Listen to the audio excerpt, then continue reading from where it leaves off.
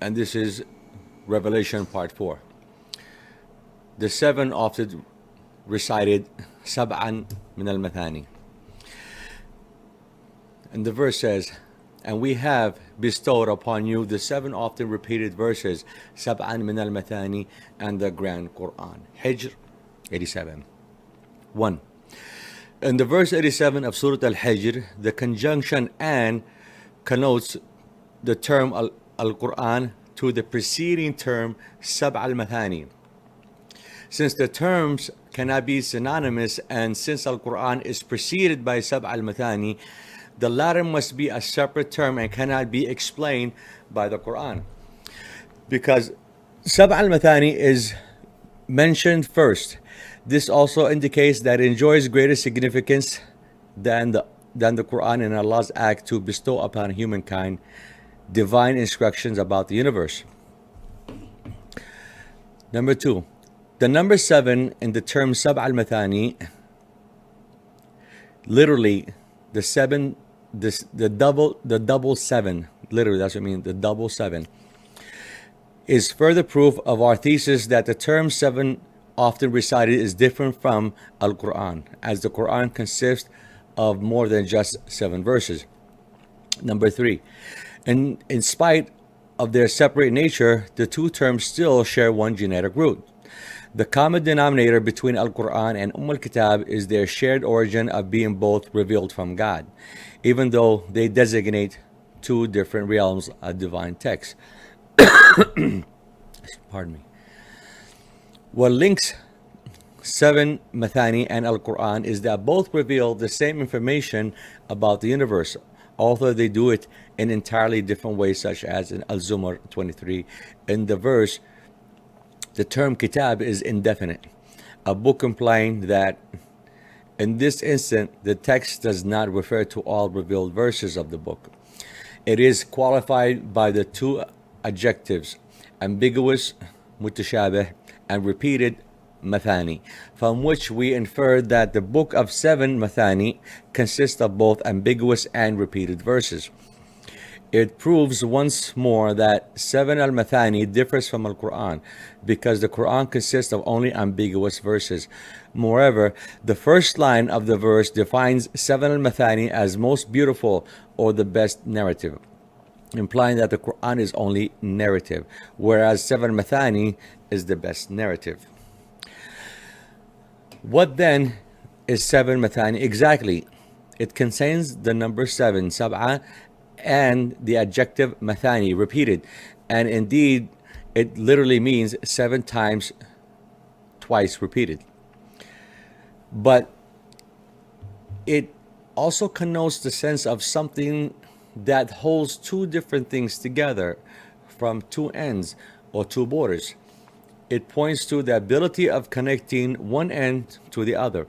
Since each chapter of the book has a beginning and an end that is located between two borders, the term points us to the chapter's two ends.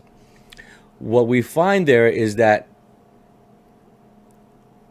what is conventionally called the abbreviated or disconnected letters, al-muqatta'at. Interestingly, they occur in 7 different combinations, which are as follows. 1. Alif Lam Mim Ra, which also occurs as Alif Lam Ra and Alif Lam. Number 2, Alif Lam Mim Sad. Number 3, Kaf Ha Ya Ain Sad. Number 4, Yasin. Number 5, Taha. Number 6, Ta Sin Mim, which also occurs as Ta Sin. Number 7, Hamim. The so-called abbreviated letters introducing their chapters are correctly numbered either as verse 1 or as 1 and 2. It is either A, Noon by the qalam and the record which men write, qalam verse 1, or B, Hamim Ain Sin Qaf, Shu'ara verse 1 and 2. The second verse in B, which is Ayn Sin Qaf, in which the letters are both verses 1 and 2, demonstrate that these letters are not just cut off from the rest of the chapter and should not be seen as cryptic initials or meaningless Arabic signs, which are therefore no apparent function. Instead, we should regard them as expressing the chapter's message in a different linguistic format. If we count the number of letters in these 7 combinations, we arrive at the number 11.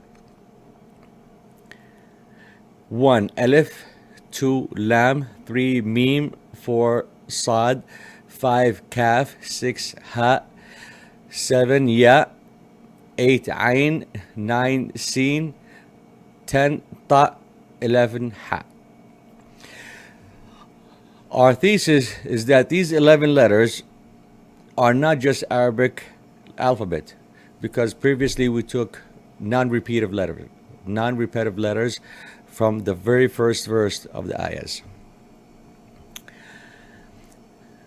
Our thesis is that these 11 letters are not just letters of the Arabic alphabet or any other alphabet, but are rather graphemes of phonetic utterance that can be found in all other languages that exist on earth. Human language in general is based on 11 basic formats of laryngeal or labial sounds that human beings can utter. As pure utterance, they do not carry a specific meaning.